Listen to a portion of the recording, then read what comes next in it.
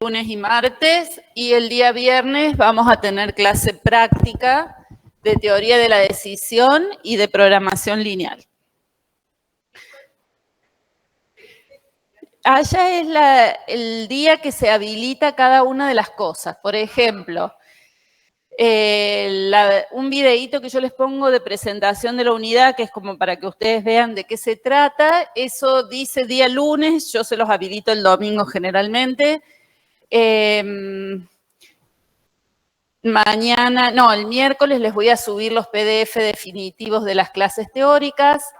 El día miércoles también van a tener habilitado un video de modelización y que es del problema 13 de la guía. Eso es lo que yo les había comentado, que hay algunos ejercicios que están hechos con lecciones, con cuestionarios o con videos, como para que ustedes vean cómo es la resolución y tengan más ejercitación aparte de la que se ve en clase. El día miércoles también les voy a habilitar una guía de estudio, eso que está en rojo. Es una guía que tiene preguntas teóricas.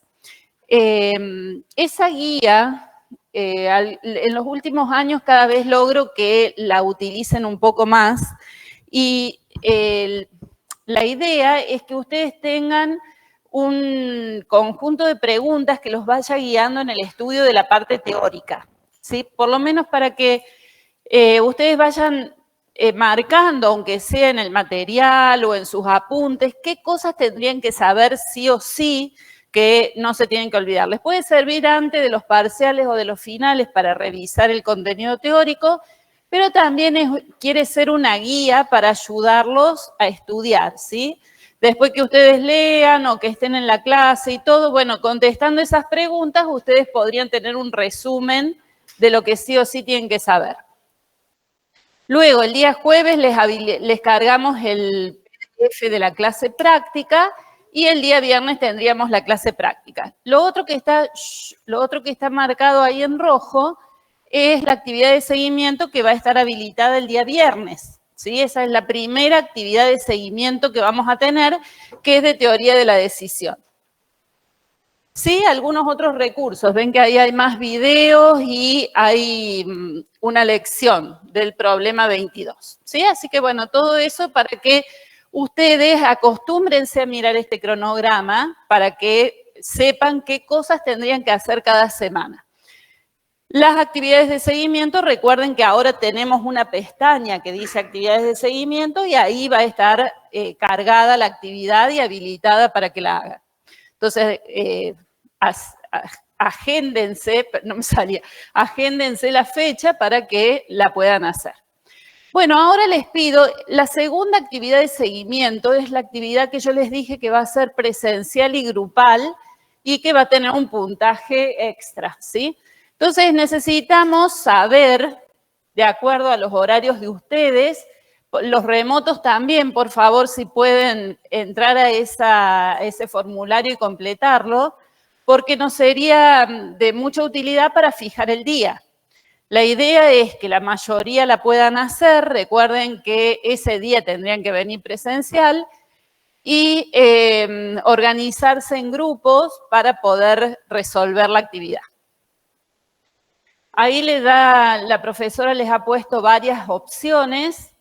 Creo que son 5 opciones que tienen. Bueno, ustedes, si pueden en más de una, marquen más de una. No tiene que ser, o les puso para que sea solo una.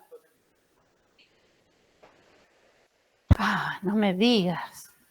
Bueno, entonces si no la puso pública. Bueno, no importa.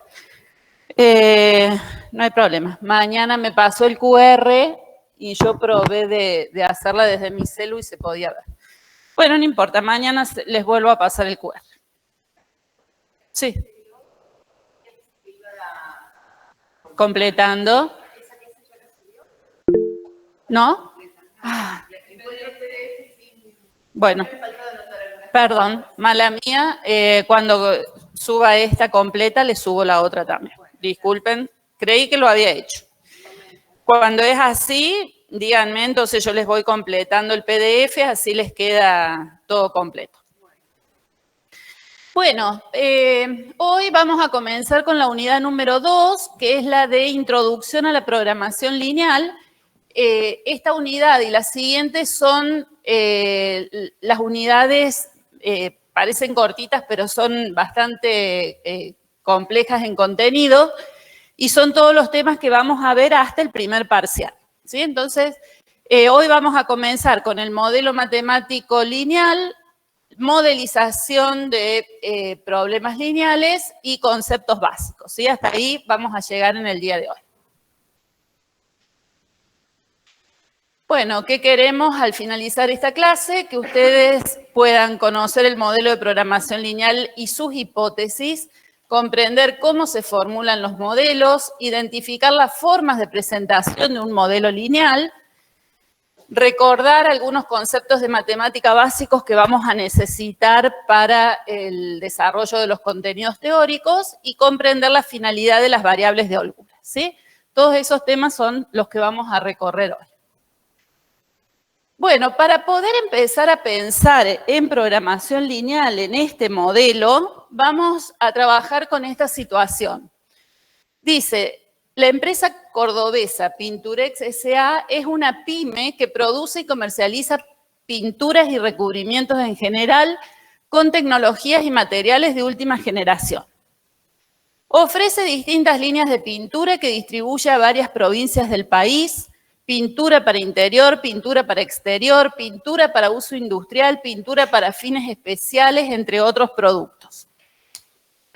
Frente a nuevas demandas del mercado, nos solicita que analicemos la producción de dos de sus productos más vendidos: pintura látex para interior y pintura látex para exterior.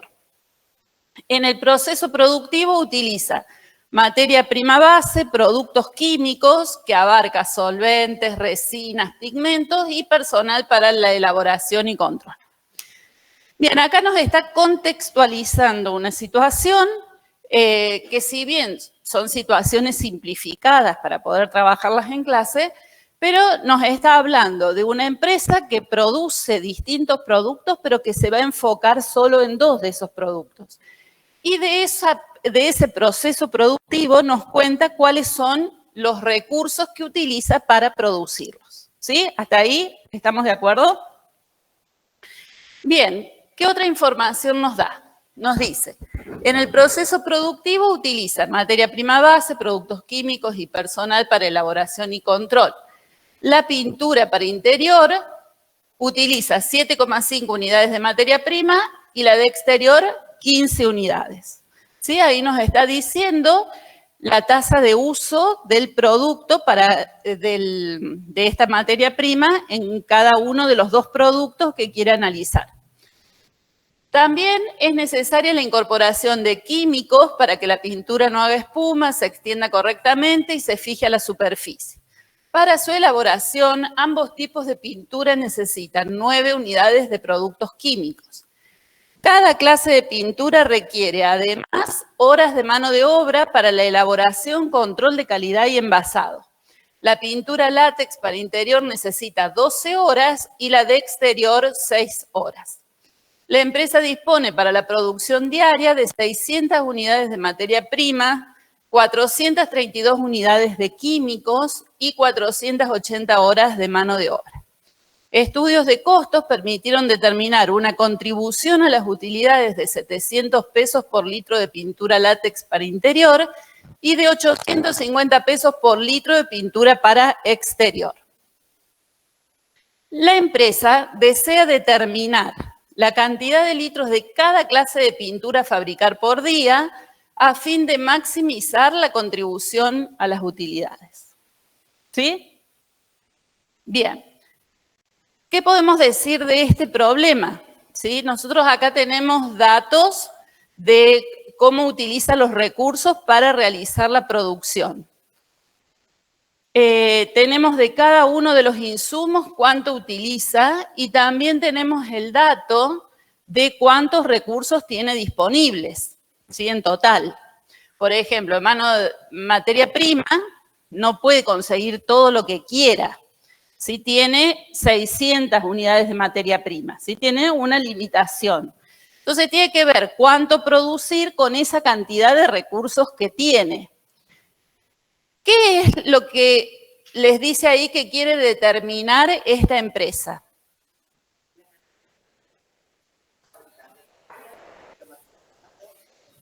Bien, entonces, ahí les dice, por un lado, qué es lo que tiene que determinar, porque tiene una serie de recursos, pero quiere saber cuántos litros de cada tipo de pintura tiene que producir. Eso es lo que no se sabe, ¿sí? Y queremos hacer un modelo que nos permita darle a la persona que tiene que decidir esa respuesta.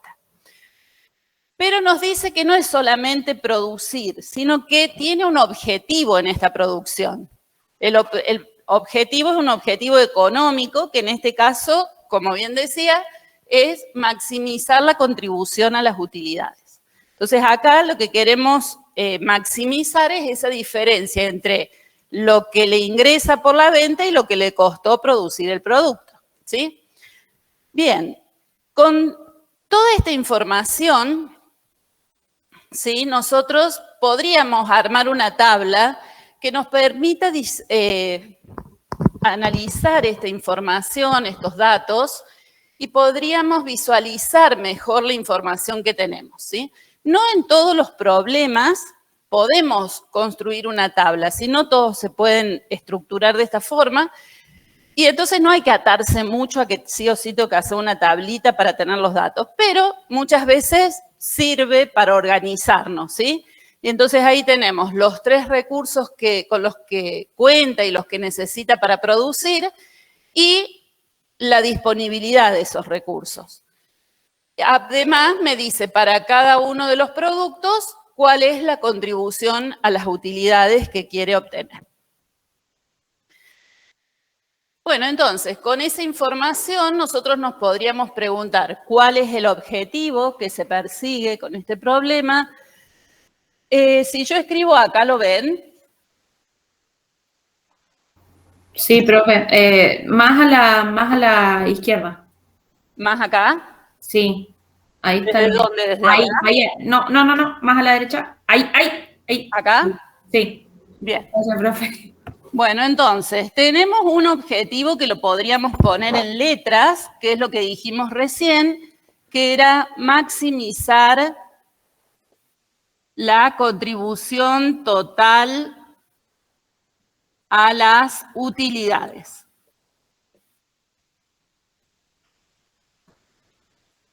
¿Sí? Entonces, eso lo podemos escribir y dejar bien expresado que ese es el objetivo que perseguimos. Para maximizar la contribución a las utilidades, ¿de qué va a depender que yo tenga una contribución a las utilidades mayor o no tanto, o menor? ¿Qué es lo que yo tengo que determinar para ver luego cuál es la contribución?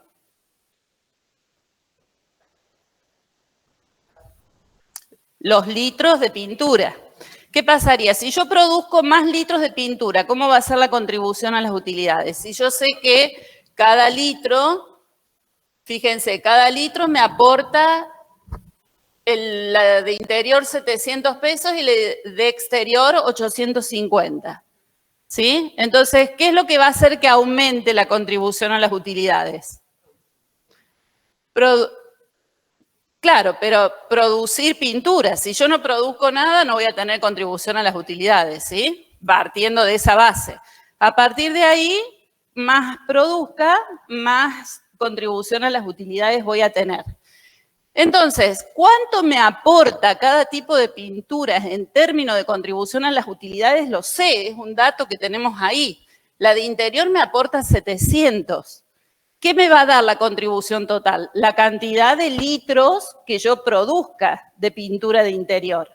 Sí, entonces, fíjense que cuál es la contribución a las utilidades, lo conozco, es un dato cierto. Lo que no es cierto y yo quiero determinar es la cantidad de litros a producir. Entonces, esas serían las variables de nuestro problema. Entonces, en este caso vamos a tener 2 variables. Una para la pintura de interior y otra para la pintura de exterior. ¿Cómo las vamos a definir a estas variables? Bueno, X1 va a ser los litros de pintura de interior a producir, ¿en qué periodo de tiempo? ¿Se acuerdan? Por día.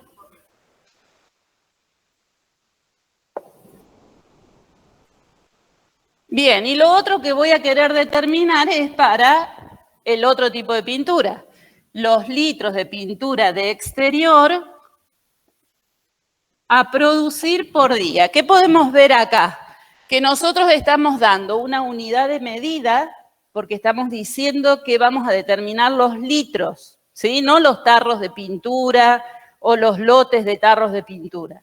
Vamos a determinar cuántos litros de pintura.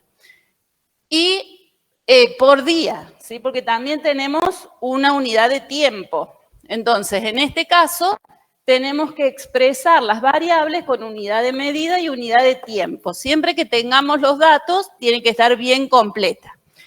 No solamente decir, como empezamos diciendo, pintura de interior y pintura de exterior, porque eso es muy amplio y no me está especificando estas unidades de tiempo y de medida.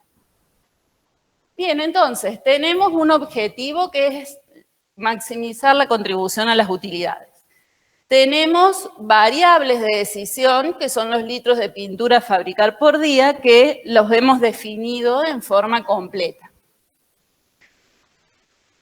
Y también tenemos el dato de las limitaciones que tiene esta producción, porque fíjense que si yo les decía recién, si aumento la cantidad de producto a producir, cada vez voy a obtener mayor contribución a las utilidades. Pero no puedo producir todo lo que quiero porque económicamente los recursos son escasos y tenemos limitaciones, ¿sí?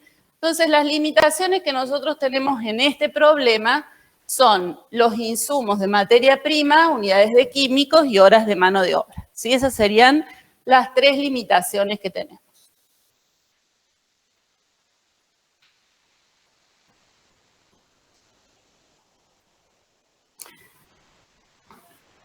Entonces, vamos a tratar de plantear el problema.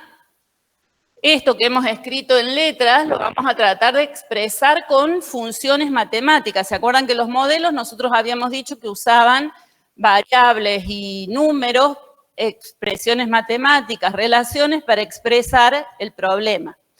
Entonces, en el caso del objetivo, que es maximizar la contribución a las utilidades, nosotros sabemos lo que aporta en contribución cada uno de los productos y sabemos que queremos maximizar la función. Entonces, vamos a tener una función Z que queremos maximizar y esa función, ¿cómo la podemos construir?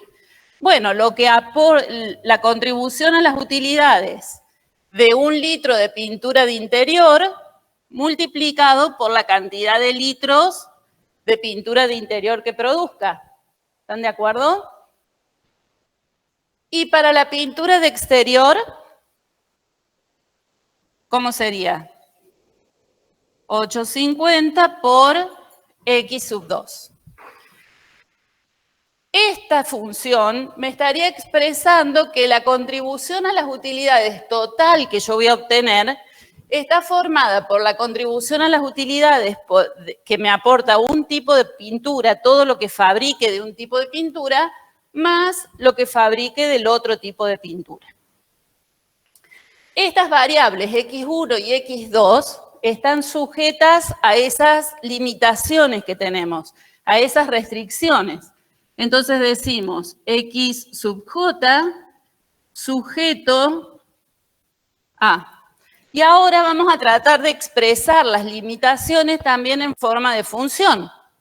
Entonces, fíjense, tenemos 600 unidades de materia prima y sabemos cuánto usa cada litro de pintura, cada tipo de pintura. La pintura de interior usa 7,5. Entonces, si yo multiplico, utiliza 7,5 unidades de materia prima por litro. ¿Sí? Porque esos datos, ¿se acuerdan que en el enunciado decía 1 litro de pintura de interior requiere o utiliza esa cantidad? Pero también voy a usar unidades de materia prima en el otro producto. ¿Cuánto utiliza? 15. Entonces, 15, este serían los litros. Acá tengo unidades de materia prima también por litro, ¿sí? Litro de la pintura de exterior.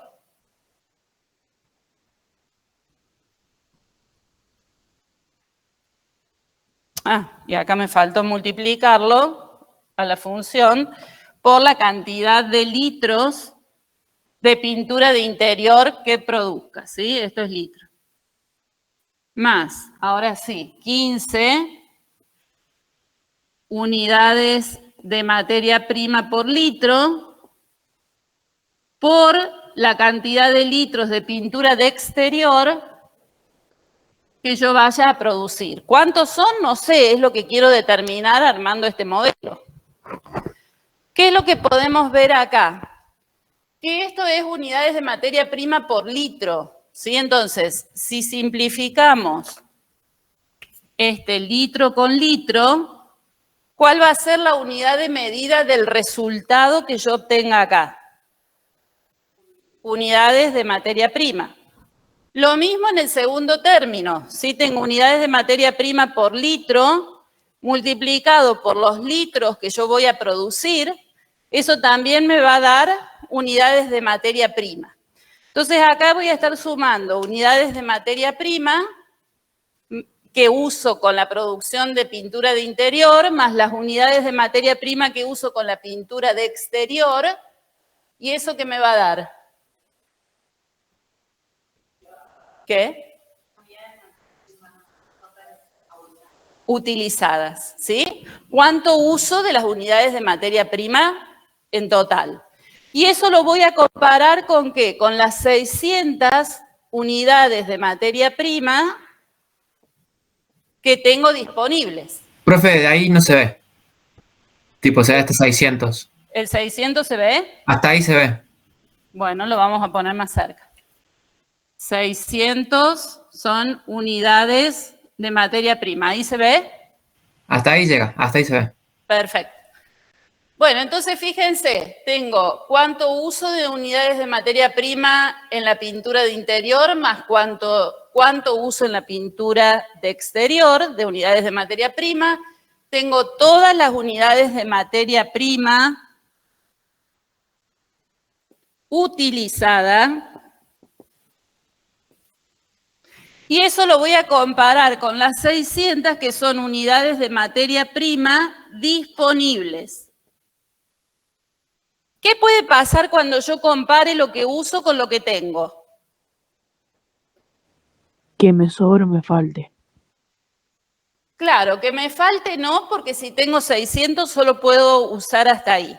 Puede pasar que sea que use menos o que use exactamente los 600, porque podría pasar que use todas las unidades de materia prima. ¿Sí? Entonces acá tengo que esto tiene que ser menor o igual a 600. Bueno, ¿esto para qué es? Para que ustedes vean que hay que ser cuidadosos con las unidades de medida, con controlar las unidades de medida de cada término para no estar sumando cosas diferentes, para no sumar unidades de un producto más horas de otro. Entonces hay que tener cuidado con las unidades de medida. No quiere decir que en cada restricción vamos a hacer esto, pero se los hago la primera vez para que ustedes lo vean. ¿Qué es lo otro que quiero que vean de esto? Que lo que tengo del lado izquierdo es lo que utilizo, lo que se usa, y lo que tengo del lado derecho es lo que dispongo, la cantidad que tengo de esas unidades. ¿Sí? Entonces acá es utilizado y acá es disponible. Bueno, esta es con respecto a la materia prima. Tenemos otros dos productos. Tenemos los productos químicos que también tienen una tasa de uso. Entonces, 9 unidades de productos químicos usa 1 litro de pintura de interior. multiplicado por la cantidad de litros de pintura de interior que yo vaya a producir, me va a dar la cantidad de unidades de productos químicos que utilicen ese producto. Más 9 por X2 me va a dar la cantidad de unidades de productos químicos utilizados para producir pintura de exterior. Y eso, como vimos recién, tiene que ser menor o igual a 432, que es la disponibilidad de productos químicos. ¿Se entiende? ¿Sí? ¿Alguna duda con esto? Los que están remotos, abran el micrófono si no se entiende algo. ¿Cómo? Porque en el problema, viste los datos que tenemos ahí, nos decía que cada litro de pintura, cada tipo de pintura usaba 9 unidades de productos químicos. ¿Sí? Entonces, del enunciado nosotros sacamos estos datos con los que estamos planteando el problema. ¿Y cómo quedaría la siguiente restricción, que es con respecto a las horas de mano de obra? A ver, alguno que esté remoto que me dicte.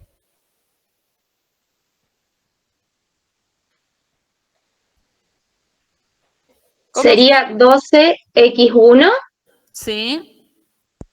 más 6x2 menor o igual a 480. Muy bien, perfecto. Estos son horas de mano de obra.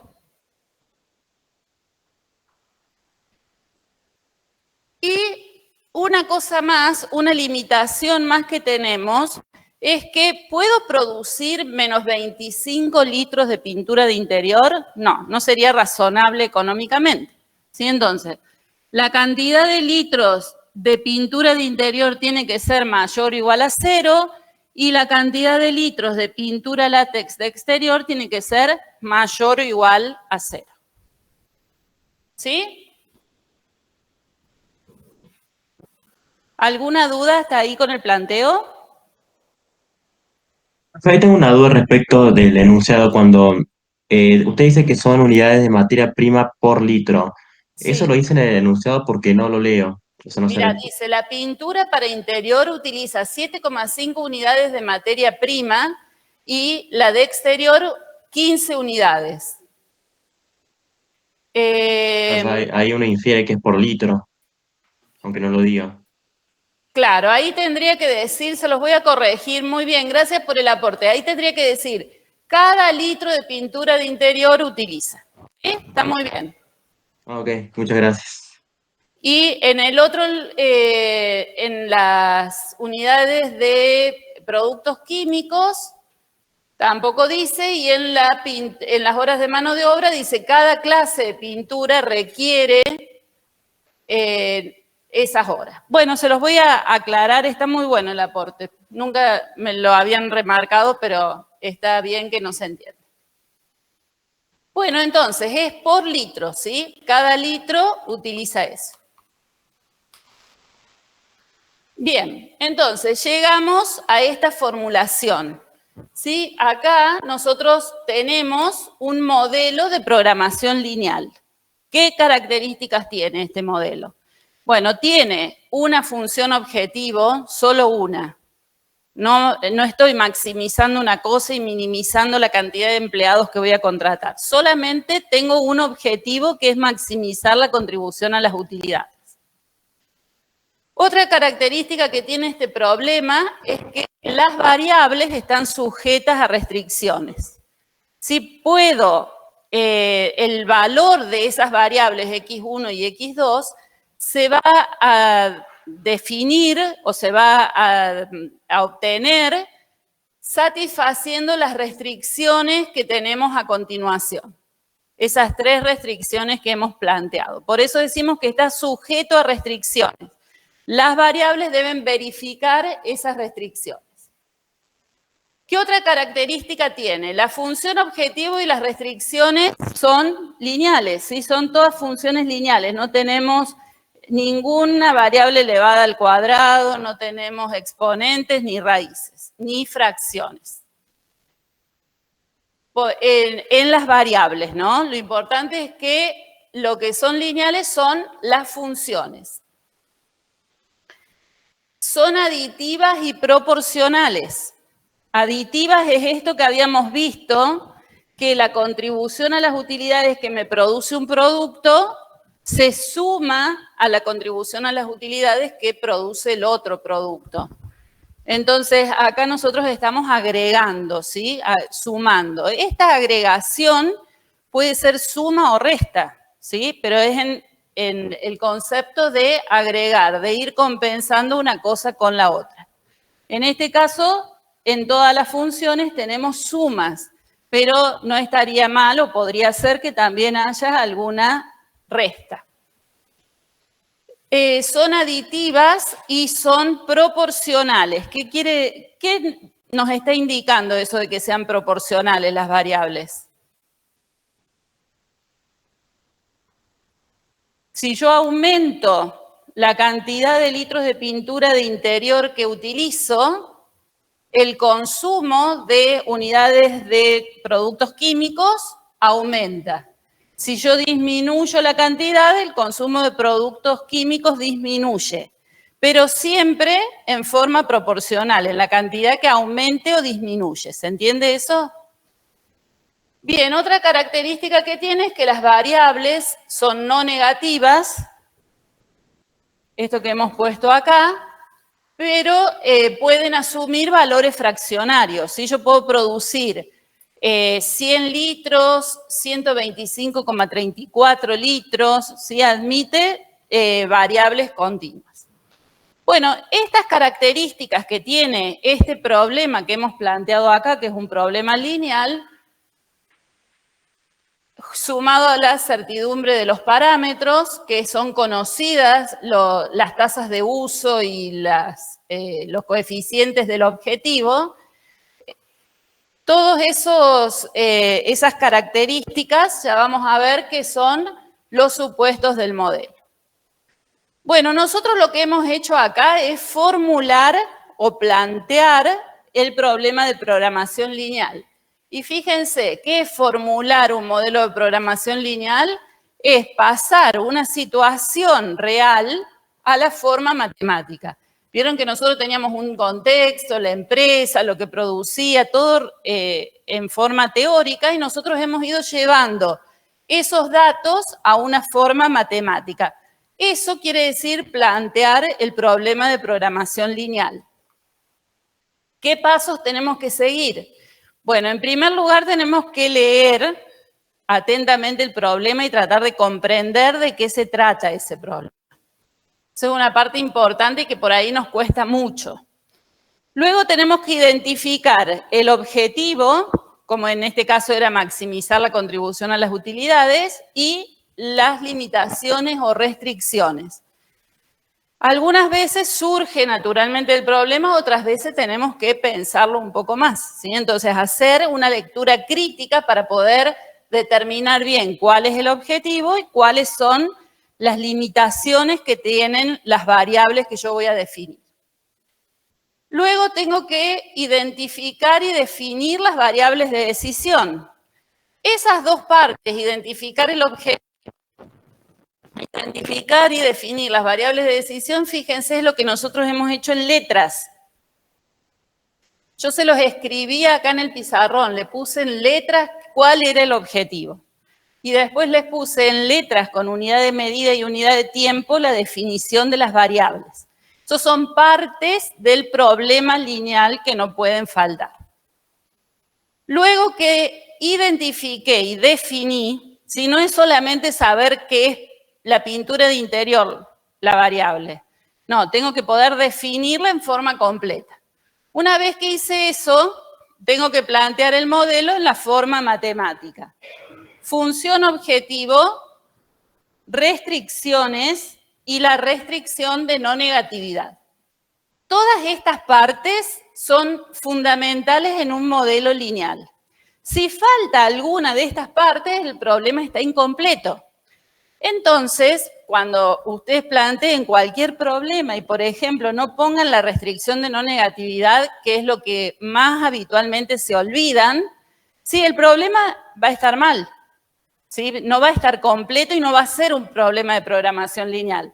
Porque para que sea un problema de programación lineal, tengo que indicar que las variables no pueden ser negativas, porque hay distintos tipos de problemas. Hay problemas de programación entera, de programación binaria, programación fraccional, programación dinámica. Hay muchos modelos, ¿sí? Nosotros vemos un modelo básico, que es el de programación lineal, pero que tiene que tener estas características formales. ¿Se entiende? ¿Dudas ahí? Bien, entonces, objetivo, ven las restricciones. Muchas veces no hace falta escribir completas las restricciones, si nosotros le vamos poniendo al lado, que es lo que yo generalmente les pido, que indiquen al lado de cada restricción a qué hace referencia. Con eso nosotros ya sabemos cuáles son las limitaciones.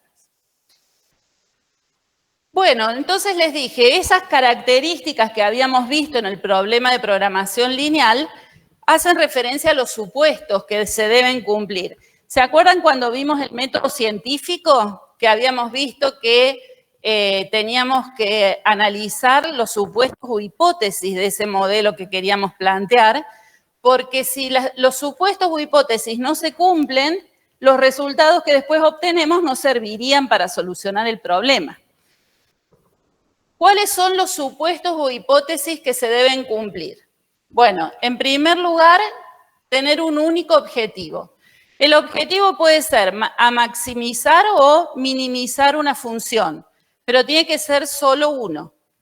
Si yo tengo un problema en el que quiero maximizar la contribución a las utilidades, pero al mismo tiempo tengo que considerar minimizar la contaminación ambiental, por ejemplo, de la empresa, ese modelo no se puede modelar, ese problema no se puede modelar con este modelo.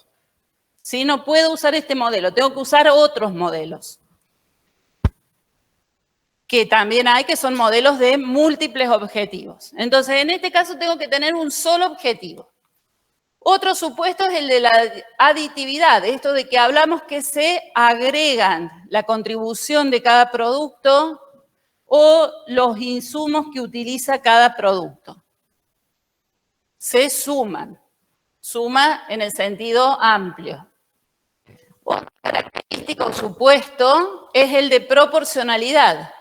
Tanto la función objetivo como las restricciones deben ser proporcionales al nivel de las variables. Y esto en realidad lo que me está diciendo es que las funciones tienen que ser lineales. ¿Sí? Entonces aumenta el valor de las variables o el nivel de las variables, aumenta, por ejemplo, la función objetivo.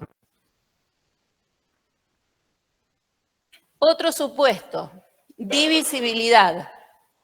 Las variables se pueden dividir a cualquier nivel fraccionario, ¿sí? Son variables continuas, las del problema lineal. No negatividad, deben ser positivas o cero. Certidumbre, se supone que los parámetros del modelo se conocen con certeza. Si ustedes tuvieran un número difuso representando la contribución a las utilidades de X1, no se podría aplicar este modelo, ¿sí? Si tuviéramos un número difuso o imprecisión, que no sabemos exactamente si va a ser 700, 720, 750. Bueno, entonces en este caso suponemos, por eso son supuestos, que la contribución es 700. ¿Qué pasa? En la práctica este supuesto es muy fuerte y muchas veces cuando nosotros terminamos de resolver vamos al cliente y algún parámetro cambió. Entonces vamos a ver también en la unidad 3, ¿sí? ¿Qué hacer en esos casos? Bien, hasta ahí los supuestos. ¿Están claros? ¿Alguna duda con los supuestos? Bueno. Estos supuestos son la ley. Cada vez que ustedes planteen un problema, tendrían que verificar que se cumplan estos supuestos, ¿sí? Si no se ajusta a estos supuestos, no es un problema de programación lineal. Bueno, el modelo de programación lineal en realidad es muy modelo de programación matemática, por eso les decía yo que había muchos modelos. Es un modelo de programación matemática y decimos que un modelo de programación matemática sí busca optimizar una función donde las variables deben satisfacer un conjunto de restricciones. Estas variables sí serían un vector de n componentes, por ejemplo, relacionado con el problema, y el m hace referencia a la cantidad de restricciones que tiene el modelo. Pero fíjense, acá no le imponemos otra condición más de que sea que hay una función objetivo, una función a optimizar, y cuyas variables están sujetas a un conjunto de restricciones. El modelo de programación lineal es un caso particular de la programación matemática que tiene las particularidades que vimos recién. Una sola función objetivo, las variables deben satisfacer un conjunto de restricciones que tanto la función objetivo como las restricciones son lineales. ¿Sí? Acá ya no es tan amplio, acá sí o sí tienen que ser lineales. Y las variables tienen que ser no negativas. Entonces, como ven, es un caso particular y hay, como este modelo que es el básico, hay otros modelos que también se desarrollaron. Bueno, decimos que es un modelo formal. ¿Por qué? Porque puede resolver problemas de muy variada índole. Yo en el videíto ese que les pongo al principio les nombro algunas situaciones. Problemas de logística, problemas de dieta, problemas de administración de la producción, problemas de inversión. Sí, hay mucha variedad de problemas que se pueden resolver, siempre y cuando yo los pueda traducir a esa forma. Si yo los puedo encuadrar en ese formato, va a ser un problema de programación lineal. ¿Hasta ahí estamos de acuerdo? ¿Alguna duda? ¿Los que están remotos tienen alguna duda? No, profe. Bueno, perfecto. Vamos a avanzar entonces con otro tema. Hasta acá está claro lo que es el modelo de programación lineal, está presentado, entendido. Sí, perfecto. Bueno, este modelo matemático tiene un formato teórico. Nosotros lo estuvimos trabajando con números, ¿sí? En una situación en particular. Pero ahora nos vamos a ir desde esa situación particular al formato teórico general. El modelo matemático se puede expresar de diferentes formas. Fíjense, en primer lugar tenemos explícita, vectorial o matricial. Eso es de acuerdo al detalle que se le da a los elementos y al formato, ¿sí? Que usamos. Si son vectores, matrices, si están detallados los elementos, esa es una primera clasificación. Otra clasificación es de acuerdo a cómo son las restricciones. Entonces, de acuerdo a las restricciones, vamos a tener que puede estar en forma canónica, estándar o mixta. Bien, vamos a empezar a ver ejemplos para clasificarlos. Miren, por ejemplo, acá tenemos este modelo. Este modelo es lo mismo que hemos hecho acá en números, ¿sí? Pero está puesto en formato teórico. Tenemos una función objetivo a maximizar, el máximo de z este que habíamos puesto. ¿Qué es lo que tenemos acá? Estos c, c sub 1, c sub 2, c sub 3, c sub n, son los coeficientes que acompañan a las variables en esa función objetivo y que van a tener significado en función de lo que sea la función objetivo, en virtud de lo que sea la función. En este caso, queríamos maximizar la contribución a las utilidades. Entonces, cada coeficiente representaba contribución a las utilidades del producto. ¿Sí? Entonces, C sub 1, C sub 2, C sub n son los coeficientes que acompañan a las variables en la función objetivo y que tienen significado en función del objetivo que quiero maximizar. ¿Qué otro elemento tenemos? Tenemos las variables x1, x2, x3, xn, ese vector de n variables que yo le dije que teníamos en el problema. Nosotros en este caso tenemos 2 variables, ¿sí? Pero podríamos tener hasta n variables, ¿sí? En forma genérica son n variables. ¿Qué más tenemos? Tenemos acá, miren, unos elementos que es A sub 1, 1, A sub 1, 2, hasta A sub mn. Esos son los coeficientes que acompañan a las variables en las restricciones, que serían estos numeritos que habíamos puesto acá, que era la tasa de uso de cada uno de los recursos. ¿Sí? El 7,5, 15, 9, 9, 2 y 6, esos serían los A sub ij del problema con el que habíamos estado trabajando.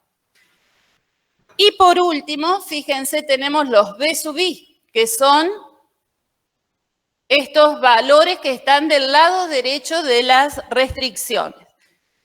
En este caso, sí tenemos restricciones que son inecuaciones, y esos valores del lado derecho era la disponibilidad de recursos que nosotros teníamos en nuestro problema. ¿Por qué se les dice términos independientes? Porque fíjense, son números que no acompañan a las variables. No hay variable con esos números, por eso son independientes. Bueno, en este formato que ven que está todo detallado, decimos que este modelo está expresado, es teórico, ¿no? Pero está expresado en forma explícita.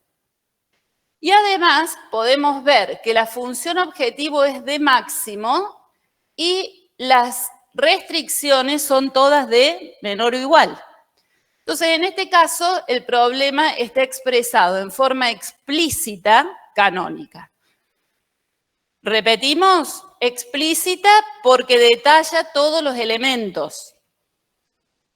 Canónica porque tenemos una función objetivo a maximizar y todas restricciones de menor o igual.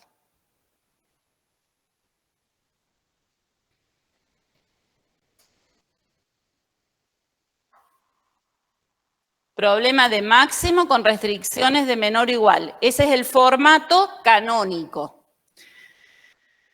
¿Qué pasa si fuera un problema de mínimo? Un problema donde la función objetivo es a minimizar. Bueno, en su forma teórica sería así, pero para que sea canónico, las restricciones tienen que ser todas de mayor o igual.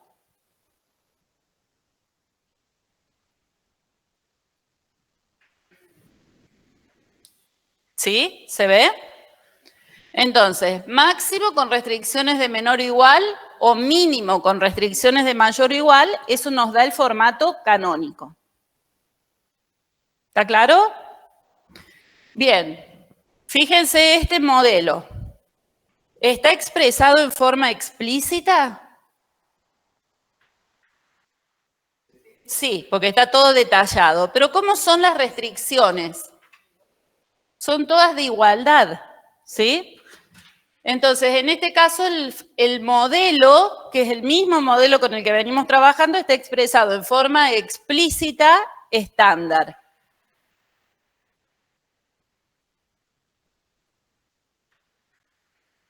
¿Y qué otra situación podría darse? Y bueno, que esté mezclado. Sí, que haya algunas restricciones de menor o igual, otras de igualdad, otras de mayor o igual, ¿sí? Porque los problemas nunca son así tan estructurados. Entonces, si tuviéramos distintos tipos de restricciones, de inecuaciones y ecuaciones, en ese caso diríamos que el problema está expresado en forma explícita mixta.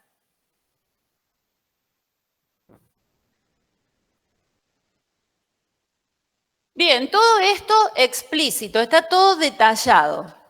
Bueno, fíjense ahora, este modelo, que también es un modelo de programación lineal porque tiene función objetivo, restricciones que están agrupadas acá y restricción de no negatividad. Este modelo está expresado en forma matricial canónica. Canónica, eso ya lo pueden ver, ¿es canónico esto? ¿Cómo tenía que ser para que sea canónico? Si es un problema de máximo, ¿cómo tienen que ser las restricciones? De menor o igual. ¿sí? Entonces tenemos objetivo de máximo, restricciones de menor o igual. Todas agrupadas, pero son de menor o igual. Bueno, ¿cómo me doy cuenta que está en forma matricial? Porque tiene, fíjense acá, una matriz que es la matriz A.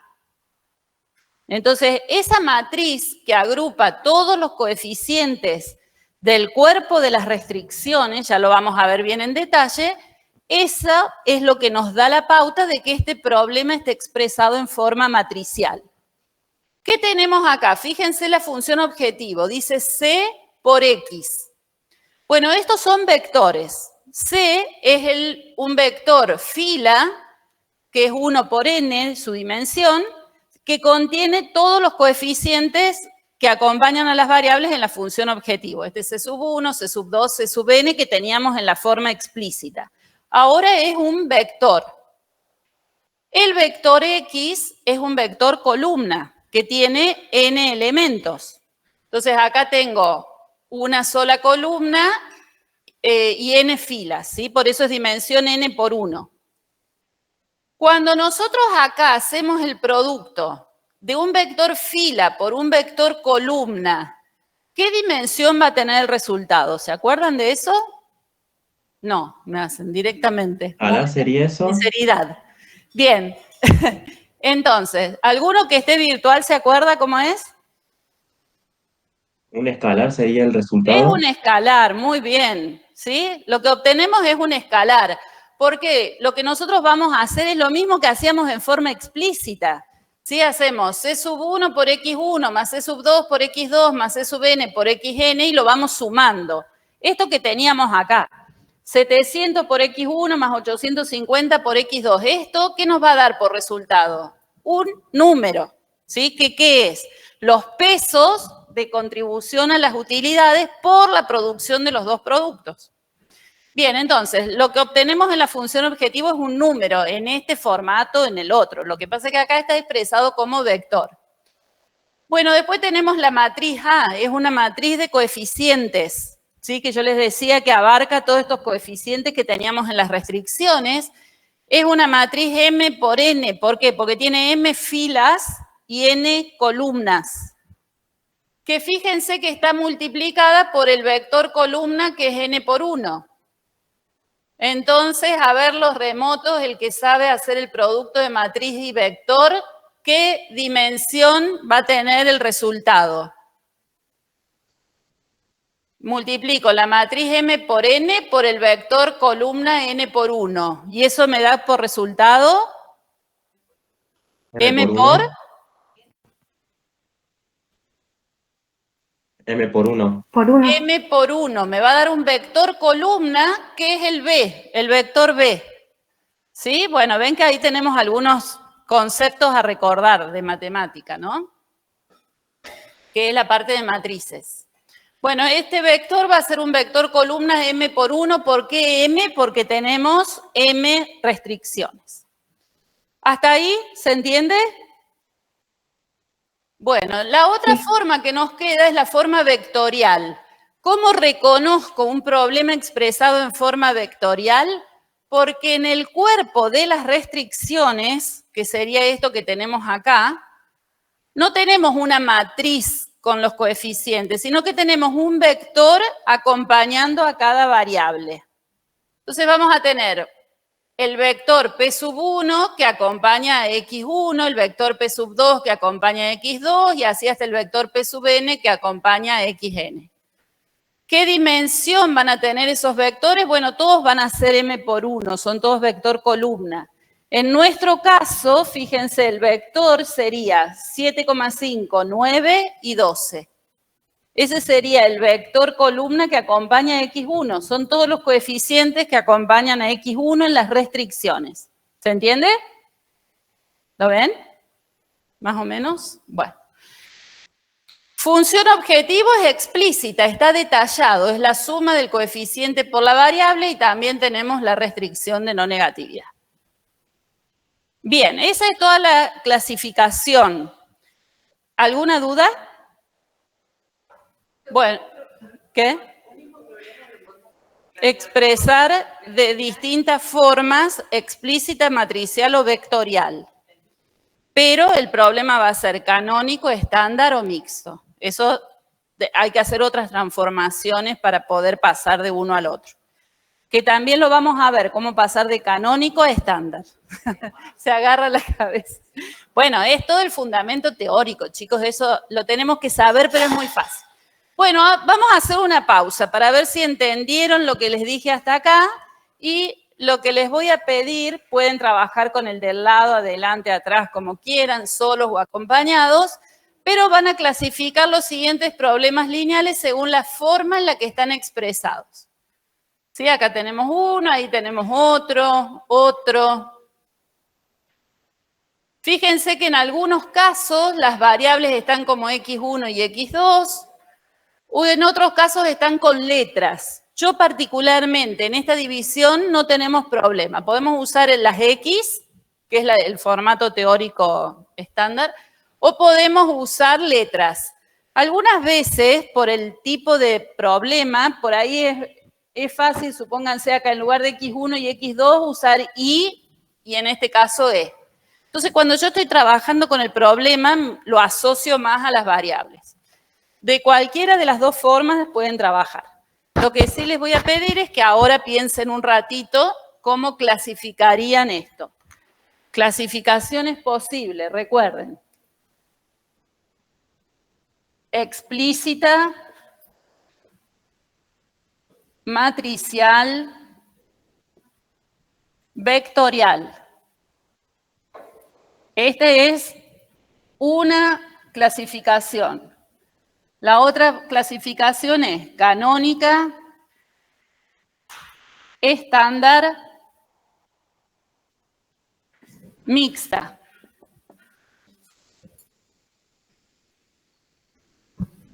Canónica, estándar, mixta.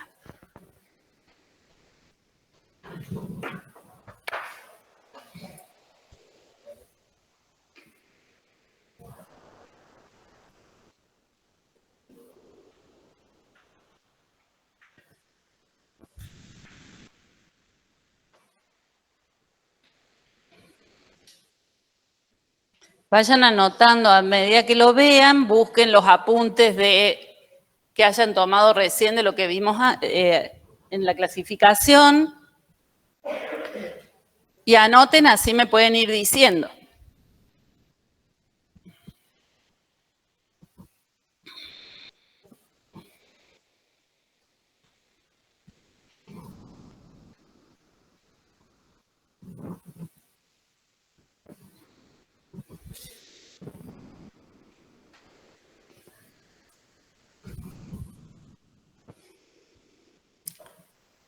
¿Y cómo van? ¿Ya están? ¿Todas?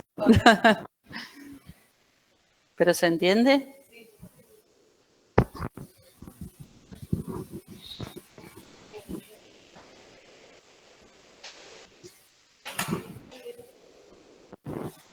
Se te fue el compañero. Ahora que hay que trabajar se va. No, eso no está bien. Bueno, los remotos también, ¿no? Háganlo. Vamos a ir haciendo uno que respondan los presenciales y uno que respondan los remotos.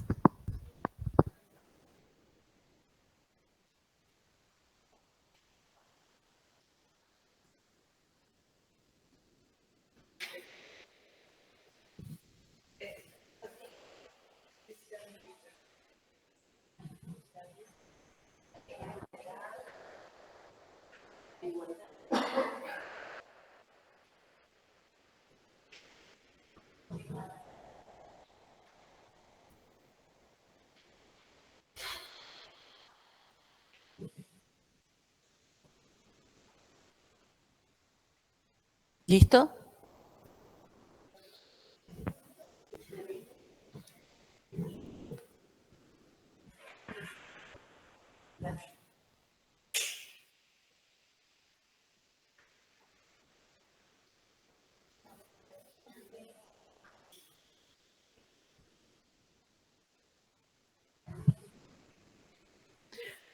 Bueno, a ver, vamos a empezar. El primer problema, el A, que es un problema con función objetivo a minimizar. A ver acá, alguno de ustedes que me quiere decir, ¿cómo lo clasificaron? Explícito, mixto. Explícito, ¿por qué? Detallados, muy bien. ¿Y mixto? ¿Qué les dio la pauta de que era mixto? Claro, hay una que es de menor o igual, otra de mayor o igual, otra de igualdad, ¿sí? Entonces, este primer problema está planteado en forma explícita, mixta. A ver, alguno que esté remoto. ¿Cómo está planteado el problema B? Profe, ¿puede ser matricial estándar? Bien, matricial, ¿qué es lo que te dio la pauta del matricial? Que tiene un vector fila y un vector columna En la función en objetivo. la función objetivo. Y en la función restricción, función restricción tiene una matriz y un Bien, y estándar. vector columna. Estándar porque la restricción es de igual. Muy bien. Matricial estándar. El C, alguno que esté acá presencial. Explícito, muy bien, está todo detallado. Canónico por...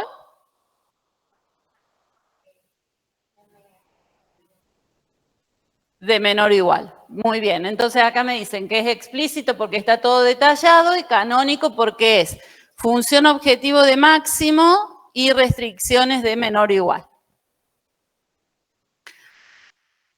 A ver, alguno que esté remoto, ¿cómo podríamos clasificar el problema D? Puede ser vectorial canónico, Vectorial por, porque tenemos vectores fila, columna.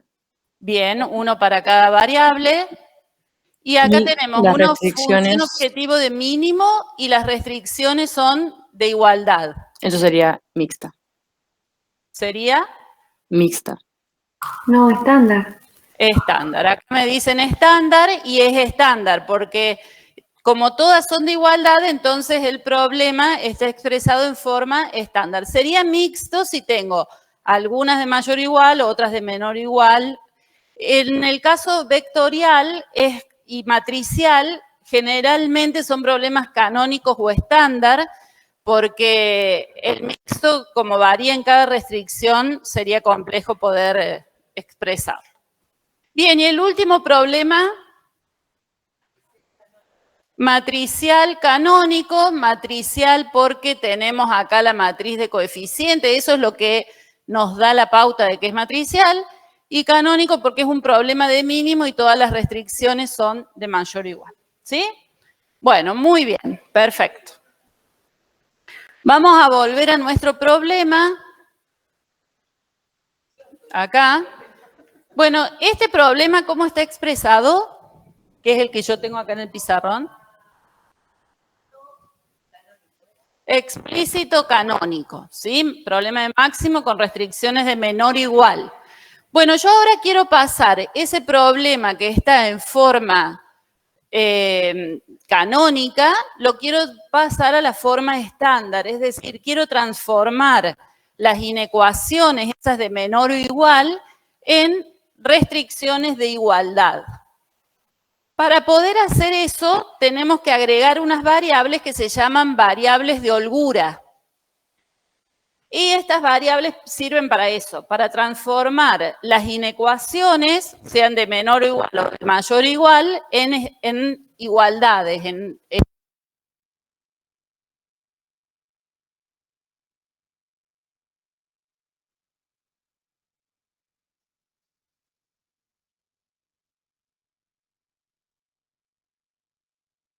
Profe, si está hablando, no se escucha.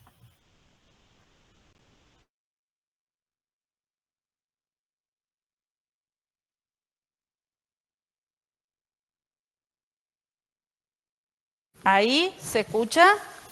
Ahí sí. Sí. Bien. Ahora sí. Se habían agotado las pilas porque ya lo venía usando de la otra clase. Bueno, entonces, estas variables, ¿sí? Nos sirven para transformar las inecuaciones en ecuaciones. ¿Cuál es la idea? Volvamos a esto que yo les escribí acá en el pizarrón. Habíamos dicho que del lado izquierdo de la restricción teníamos las unidades de materia prima utilizadas. Y de este lado teníamos las unidades de materia prima disponibles. Yo les dije, esto puede ser igual. En ese caso, lo que utilizo es exactamente igual a lo que tengo. Pero también podría ser menor. Si es menor, quiere decir que hay una cantidad de unidades, ¿sí?, que harían la igualdad con el 600. Entonces eso lo llamamos variables de holgura. Todo esto es lo que uso de materia prima, más una cantidad que no estoy utilizando, esto haría igual a 600. ¿Sí? Esa S1 es la variable de holgura de esa restricción. Es la variable que me permite igualar a 600. ¿Qué puede pasar? Que esa variable sea positiva, en cuyo caso voy a tener una cantidad de unidades de materia prima que no estoy utilizando, o puede ser cero. Si es cero, ¿qué me indicaría? Que lo que utilizo es igual a lo que tengo disponible, ¿sí? Entonces, por eso sería cero. Fíjense, en las restricciones de menor o igual, la variable de holgura se agrega sumando. ¿Por qué? Porque si es de menor o igual, el lado izquierdo puede ser menor al lado derecho. Entonces, sumando una cantidad se haría igual. Mientras que en las restricciones de mayor o igual, ¿qué estoy diciendo? Que el lado izquierdo puede ser más grande que el lado derecho. Entonces, en ese caso tengo que restarle una cantidad para lograr la igualdad. Esas variables se agregan en la función objetivo sumadas y con coeficiente cero, porque no aportan, son unidades sin usar, por lo tanto no aportan a la contribución a las utilidades, y también se agregan en la restricción de no negatividad, por esto que yo les decía que esta variable puede ser positiva o cero, pero nunca puede ser negativa. ¿Qué es lo que pasa? Y remárquenlo con resaltador rojo, con algo que no se lo olviden. Puede ir sumada o restada, como les digo ahí. Pero en sí la variable es no negativa. Siempre es o cero o positiva. Veamos con nuestro problema, ese problema que tenemos ahí. La primera restricción es de menor o igual, entonces tengo que agregar una variable de holgura sumando. Y ahí se transforma la primera restricción en una igualdad. En la segunda restricción también es una restricción de menor o igual, por lo tanto tengo que agregar la variable sumando. Y en la tercera también es de menor o igual, también la agrego sumando. ¿Qué me indican? Esas variables también tienen definición porque significan algo esas variables. S1, ¿se acuerdan lo que yo les dije acá? Son las unidades de materia prima que no estoy utilizando. S2 sería, ¿cómo lo puedo definir?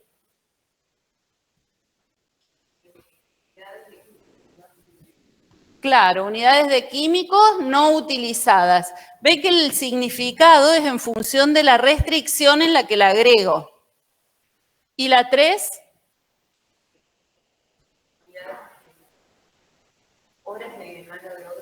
Horas de mano de obra no utilizadas. Bueno, estas variables, como les dije, las agrego sumadas en la función objetivo con coeficiente 0. Que esto, en realidad, como ustedes verán, no aporta nada. Lo que pasa es que cuando trabajemos con simplex, necesitamos poner ese coeficiente en el cuadro del simplex, que es uno de los métodos de resolución. Entonces, bueno, si se acostumbran a ponerlas, las agregamos en la función objetivo, teniendo presente que no aportan nada al objetivo. Y también las agregamos en la función de no negatividad. Tenemos que indicar que esas variables son no negativas, son mayores o iguales que 0.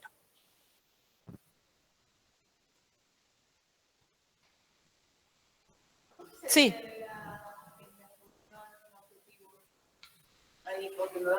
Sí, da 0. Se agregan por esto que te digo que es bueno identificarlas después cuando resolvamos en el cuadro del simplex.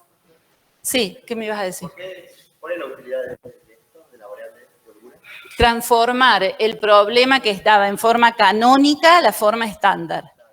Y esas variables tienen un significado y también nos dan información, porque nos estaría diciendo si uso todos los recursos o si hay algún recurso que no se utilice. Después, cuando interpretemos, vamos a ver que vamos a usar mucho esto. O esa variable se guarda un poco, o almaceno algo. Queda sin usar. Haga lo que haga, queda como sin utilizar, digamos, ¿sí? Entonces yo ahí puedo analizar si queda mucho sin utilizar, qué hago, si me conviene tener más unidades o no. Es toda una interpretación que vamos a hacer después. ¿Sí? Pero nos da información adicional sobre el problema, porque nosotros tenemos las variables que nos dice cuánto producir de cada producto, pero también nos vamos, con las de holguras vamos a saber si usamos todos los recursos o no. ¿Sí? Esa es una utilidad que tiene. Bueno, entonces acá les dejo un cuadrito, no lo vamos a hacer ahora, pero lo pueden hacer ustedes para resumen, para que recuerden cómo se detectaba cada forma y las características de la clasificación canónica, estándar y mixta. ¿Sí? Esto se lo dejo para que lo hagan después. Bueno, ¿estamos bien hasta ahí? ¿Alguna duda? Perfecto. Vamos a repasar algunos conceptos que necesitamos para futuros desarrollos. En primer lugar, recordar que un conjunto convexo, decimos que un conjunto de puntos S es un conjunto convexo si el segmento de recta que une cualquier par de puntos de S se encuentra completamente en S. ¿Sí? Entonces tenemos un conjunto. Si yo tomo dos puntos cualquiera y el segmento que los une está completamente dentro del conjunto, eso es un conjunto convexo. Entonces acá vemos ejemplos, ¿sí? Este conjunto es convexo porque los dos puntos, la recta que los une está dentro del conjunto. Este también, pero este no. Ven, si yo tomo estos dos puntos, el segmento de recta no está completamente en el conjunto. Nosotros en programación lineal vamos a tratar de determinar un conjunto convexo. Otro concepto que tenemos que recordar es el de combinación lineal de vectores. Entonces se dice que un vector B es combinación lineal de un conjunto de R vectores si surge o si se obtiene de multiplicar, de sumar los vectores multiplicados por escalares, lo podríamos decir así. ¿Sí? De la suma de los vectores, de estos R vectores multiplicados por escalares, donde esos escalares, ¿sí?, no tienen limitación para una combinación lineal. ¿Sí? Puedo tomar cualquier tipo de escalar si hablo solo de una combinación lineal de vectores. Entonces, tomo escalares, tomo los vectores y cuando hago la suma producto, obtengo otro vector que es la combinación lineal. Otro concepto, cuando dos o más vectores son linealmente independientes, vamos a decir que son linealmente independientes si uno no se puede expresar como combinación lineal de los otros, y además, si al hacer la combinación lineal de estos vectores, nos da por resultado el vector nulo con escalares todos iguales a 0. Entonces, los vectores de un conjunto B sub 1, B sub 2, B sub R son linealmente independientes si se verifica que al realizar la combinación lineal convexa, esto es igual al vector nulo con escalares iguales a 0. Estos vectores, el conjunto de vectores linealmente independientes, generan un espacio vectorial y forman una base para dicho espacio. Entonces nosotros vamos a buscar, cuando resolvamos los problemas lineales, vamos a buscar un conjunto de vectores linealmente independientes. para poder llegar a la solución. Por eso traemos estos conceptos para que los refresquen y cuando yo les nombre combinación lineal, ustedes se acuerden qué es lo que hacemos.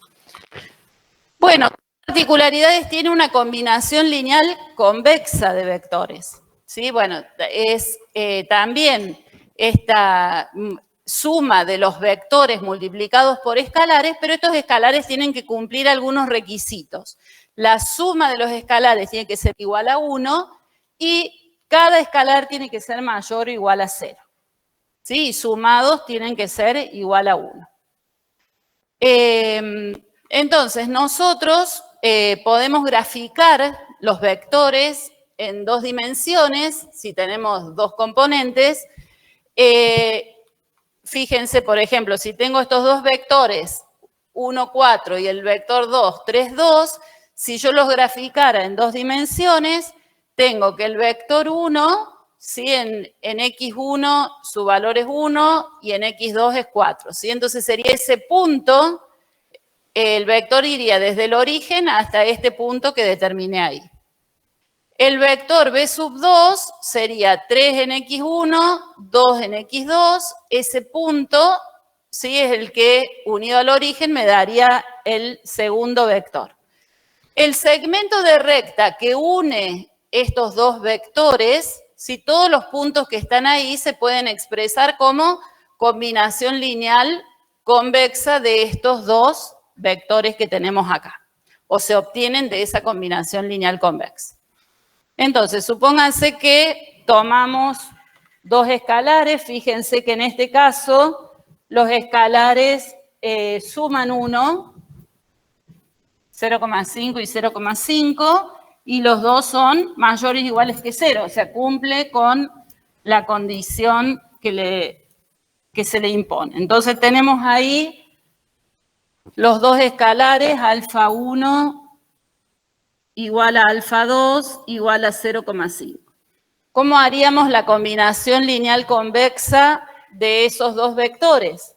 Bueno, sería alfa 1 por el vector 1 más alfa 2 por el vector 2, ¿sí? Y eso nos daría el vector que es combinación lineal convexa de ellos 2.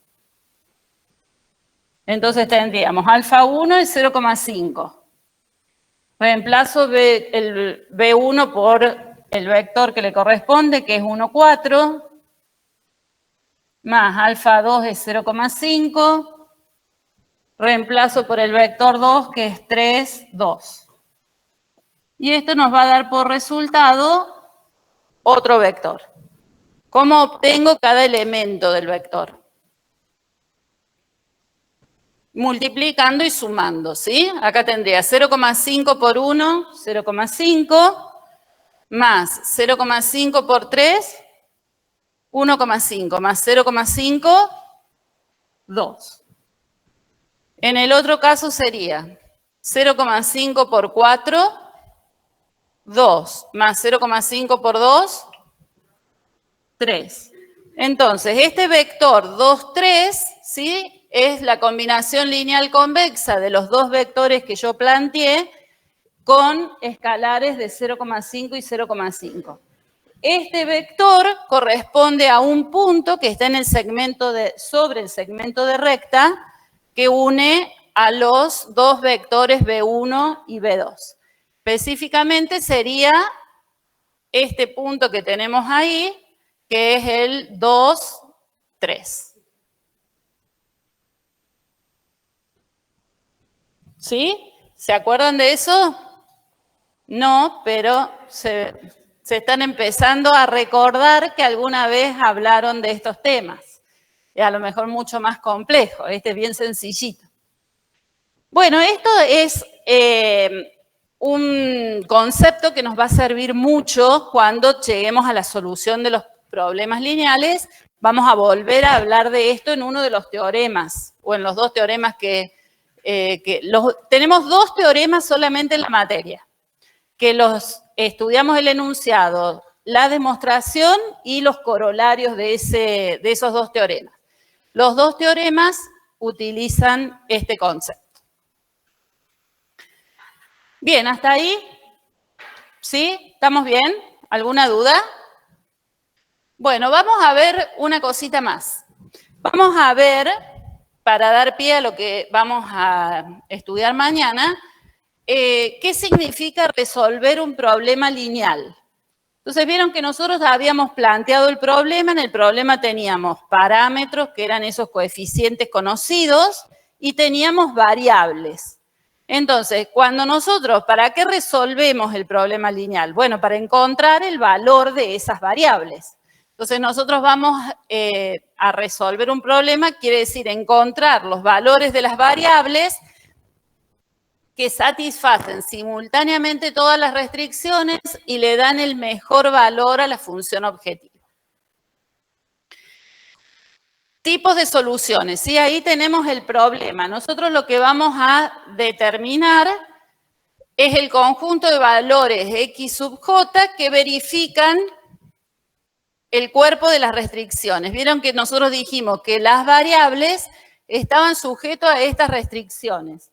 Entonces tenemos que buscar valores de X que verifiquen las restricciones. Entonces ahí vamos a encontrar los valores del vector X, que era X1, X2, X3 hasta Xn. Eso es lo que queremos obtener cuando resolvamos el problema. Vamos a hablar de solución factible o posible, ¿sí? Con respecto al vector X, que sea el conjunto de las variables que verifiquen el sistema de restricciones, incluida la de no negatividad. Matemáticamente yo podría tener otros vectores que verifiquen las restricciones, pero que alguno de sus componentes no cumplan con la restricción de no negatividad. O sea, alguna de las variables sea negativa, por ejemplo. Bueno, esa no va a ser una solución factible del problema, porque en el problema nosotros tenemos la restricción de que tiene que ser mayor o igual que 0 las variables.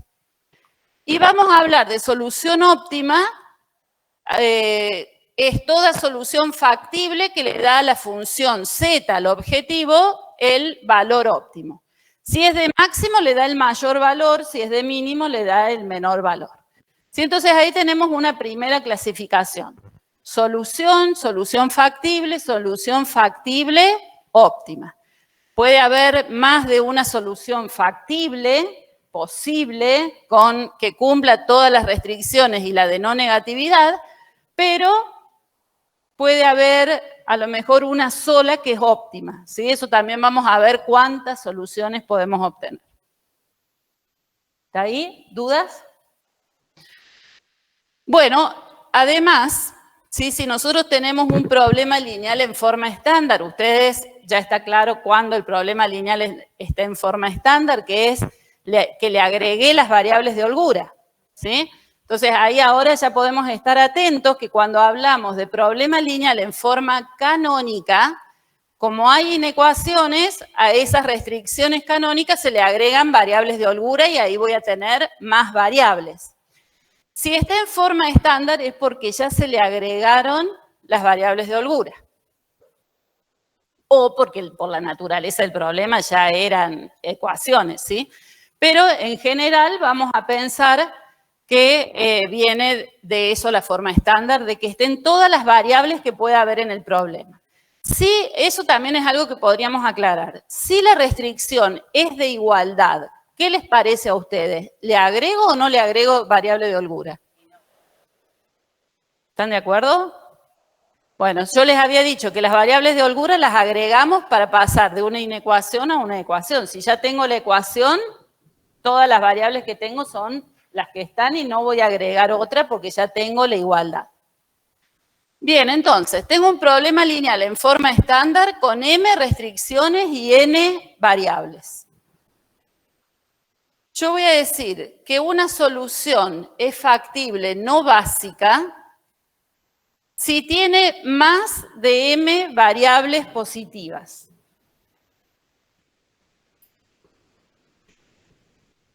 ¿M a qué hace referencia? A las restricciones. Entonces, si tiene más valores positivos que la cantidad de restricciones que tiene, es una solución factible no básica. Entonces tengo n variables y m restricciones. Estas son todas las que hay porque ya el problema está en forma estándar. Si tiene más valores positivos que cantidad de restricciones, la solución es no básica. Si tiene como máximo m valores positivos, la solución es factible básica. ¿Sí? Entonces acá fíjense que para ver si es básica o no básica, ya estoy en la solución factible. Ya es una solución que satisface todas las restricciones, incluida la de no negatividad. Pero ahora le hago una nueva clasificación, ¿sí? Más detallada. Si tiene como máximo m valores positivos, es básica. Si tiene más de m valores positivos, es no básica. Claro, el valor que asume la variable. Si tiene variables positivas, viste que las variables asumen un valor, que puede ser mayor o igual que 0. Mayor que 0 serían positivas. Entonces las variables pueden ser positivas o nulas. Si en el vector solución yo tengo n variables, mira. Tengo n variables en este vector. Bueno, de estas variables, algunas pueden ser positivas, otras nulas. Bueno, entonces, si tengo exactamente m variables que sean positivas, claro, el mismo número de restricciones que de variables positivas, la solución es factible básica. Como máximo pues, tiene eso. Si tiene más de m valores positivos, hay más positivos de los que tendría que haber de m, entonces la solución es no básica. Ya vamos a clasificar una para que lo veas. Dentro de las soluciones básicas, pueden ser no degenerada cuando tiene exactamente m valores positivos, o puede ser degenerada cuando tiene menos de m valores positivos. Del conjunto de n variables, si yo tengo un grupo que son positivas, las otras ¿cómo son? ¿Qué otra opción tengo? Nulas. Si no son positivas, son nulas, no hay otra posibilidad. Entonces, si tengo exactamente m valores positivos y las otras, el resto nulas, la solución es no degenerada. Ahora, si tengo menos de m valores positivos, entonces voy a tener más ceros. Entonces, en ese caso, la solución es factible básica degenerada.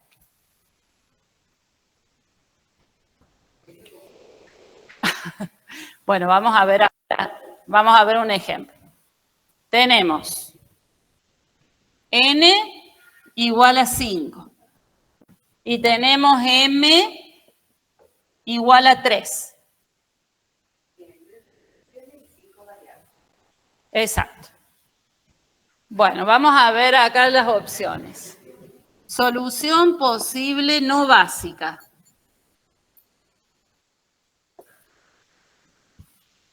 Tiene que tener, para que esta solución sea no básica, tiene que tener más de m valores positivos. ¿Más de cuánto?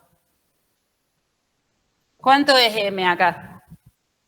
3. Entonces tiene que tener más de 3 valores positivos.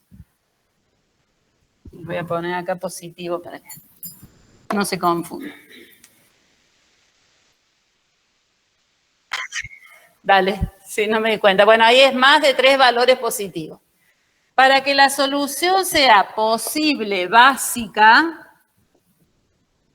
¿qué les dice? Tiene que tener como máximo m valores positivos. Tendría que tener máximo 3 valores positivos y por lo menos, como mínimo, n menos m valores nulos, o sea, 5 menos 3, 2 valores nulos. Eso es para que la solución posible sea básica. Pero dentro de las básicas puede ser degenerada o no degenerada. Vamos a poner como está ahí. No degenerada primero. No degenerada y degenerada. Para que sea no degenerada, ¿cuántos valores positivos tiene que tener? Exactamente 3 valores positivos. Exactamente. No más ni como máximo. Tiene que tener exactamente 3 valores positivos. Si tiene menos de m valores positivos,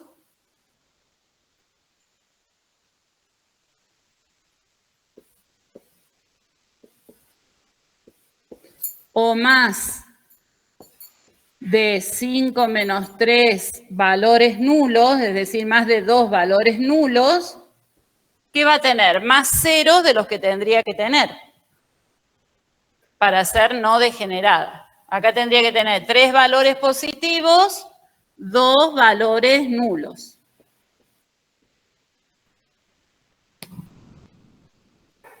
¿Sí? Esto es con 5 y con 3. 5, el n igual a 5, el m igual a 3. Para clasificar la solución y después vamos a ver en el gráfico dónde están estas soluciones. Bueno. Bien, supónganse que yo les doy esta solución. ¿Sí? Ahí tengo, eso es una solución, es el valor que asume cada una de las variables. Tengo 5 variables, x1, x2, s1, s2, s3, porque está en forma estándar. ¿Sí?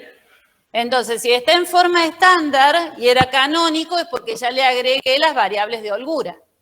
Fíjense esa solución que está ahí. ¿Cuántos valores positivos tiene? ¿Cuántos nulos? ¿Cómo la podemos clasificar? A ver, alguno que esté remoto que me quiera decir cómo clasificarla. Sería factible básica no degenerada. Bien, básica, porque tiene como máximo 3 valores positivos. ¿Y por qué decís que es no degenerada? Porque tiene exactamente 3 variables positivas. Bien, Y 3 dos valores nulas. positivos y 2 valores nulos. Entonces, es una solución posible básica no degenerada. Bien, el número máximo de soluciones básicas, factibles y no factibles, pero el número máximo de soluciones básicas, nos da una cantidad acotada de soluciones, ¿sí? Porque se calcula con un combinatorio y ese combinatorio nos permite ver el número máximo de este tipo de soluciones con esta clasificación. ¿Para qué sirve? Como me pregunta acá siempre su compañera. Bueno, esto sirve para decir, cuando nosotros resolvamos, la solución va a estar en por lo menos en una de esas soluciones básicas. Es más, en una solución posible básica. O sea que de estas básicas, si son pocas, bueno, quiere decir que la solución es más reducida todavía y es fácil de explorar cuál es la solución. Ya mañana vamos a ver bien dónde están ubicadas estas soluciones. Si yo en este problema quisiera calcular el número máximo de soluciones básicas, sí tengo que aplicar el combinatorio y tendría, es combinatorio de n tomado de m en n. El n factorial sería 5 factorial, m factorial es 3 factorial y n menos m factorial es 5 menos 3, 2 factorial. ¿Se acuerdan cómo se calculaba eso?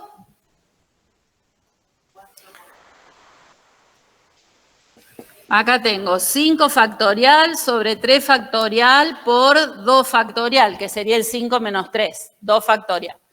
Bueno, el factorial, ¿qué era? 5 por 4 por 3 por 2 factorial. O lo puedo cortar, 5 por 4 por 3 factorial. En el denominador tengo 3 factorial y el 2 factorial sería 2 por 1. Entonces, acá puedo simplificar el 3 factorial con el 3 factorial y me queda 5 por 4, 20, dividido 2, 10. Bueno, quiere decir que el número máximo de soluciones básicas es 10. Y ahí se los aclaro por las dudas que el número de variables siempre se calcula incluyendo las variables de holgura. Bueno, a ver, hagamos rápidamente, me contestan ustedes esas preguntitas, a ver. Dice, dado un problema de programación lineal de máximo en forma canónica, con 4 restricciones y 3 variables de decisión. Una solución con 5 variables positivas y las restantes nulas, se dice que es una solución, o sea, ¿cómo la clasificarían?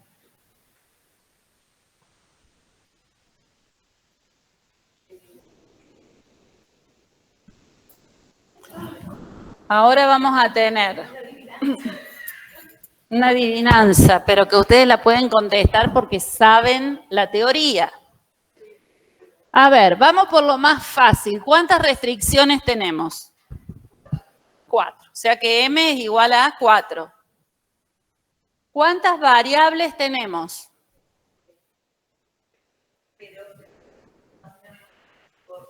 Tres variables de decisión serían las variables principales. ¿Qué le tengo que sumar?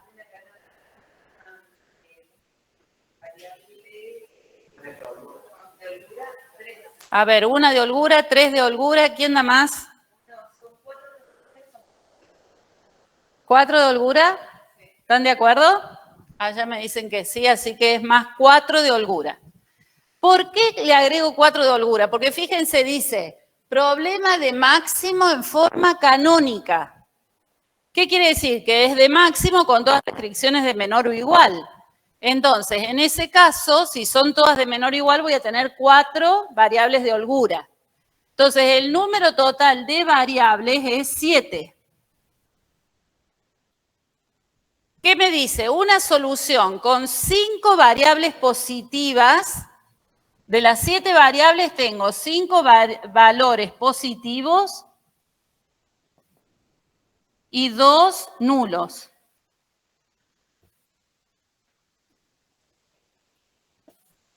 ¿Es solución básica o no básica la primera condición? No básica, ¿por qué?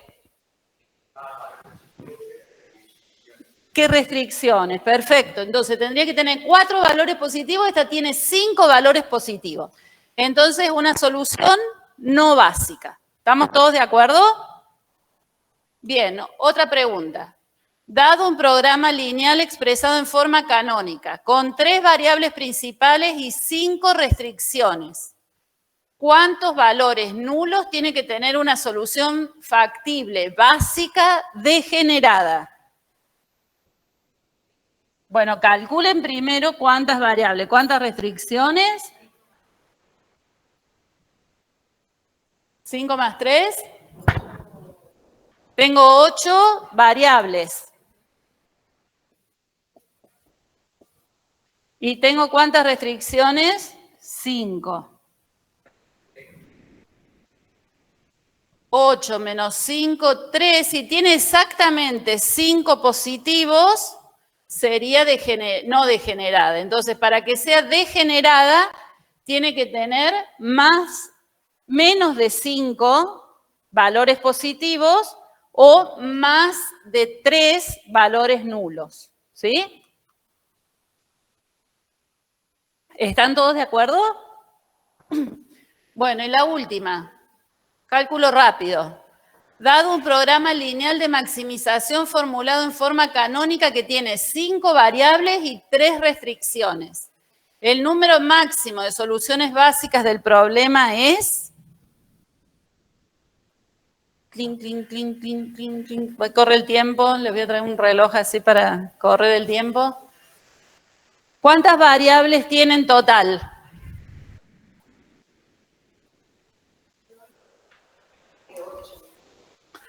5 más 3. Y tiene m igual a 3. ¿Cuánto les da? Vamos. Lo otro lo respondió ella, esto lo tenés que responder vos. Bueno, entonces tenemos el combinatorio de 8 tomado de 3 en 3. ¿Esto cómo sería? 8 factorial sobre 3 factorial sobre 8 menos 3 factorial. ¿A cuánto nos da igual esto? Muy bien.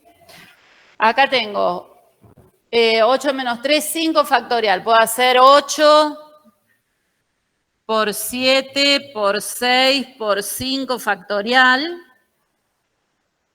Acá tengo 3 por 2 por 1, resolviendo el factorial, y acá tengo 5 factorial. Este con este lo simplifico, 3 por 2, 6, lo simplifico con el 6, me queda 56, quedó todo amontonado, pero es 56. Muy bien, ¿sí? Bueno, acá les dejo otra actividad para que realicen, que es plantear en forma general, esto lo suelo tomar en teórico, por eso se los dejo acá, plantear en forma general un problema lineal de máximo en forma canónica que tenga 4 variables y 3 restricciones. Teórico, ¿sí? No es que se pongan a pensar cómo definir las variables, X1, X2, X3, X4 las variables, ¿sí? Y 3 restricciones, ¿cómo lo plantearían en forma teórica? ¿Cuántas soluciones básicas tiene como máximo este problema? ¿Cuántos valores nulos y cuántos valores positivos tiene una solución posible básica no degenerada? ¿Cuántos valores nulos deberá tener como máximo una solución para que sea no básica? ¿Sí? Bueno, eso para que lo revisen para mañana. Bueno, chao a los remotos, a ustedes hasta mañana. Vamos a continuar ya con resolución de problemas.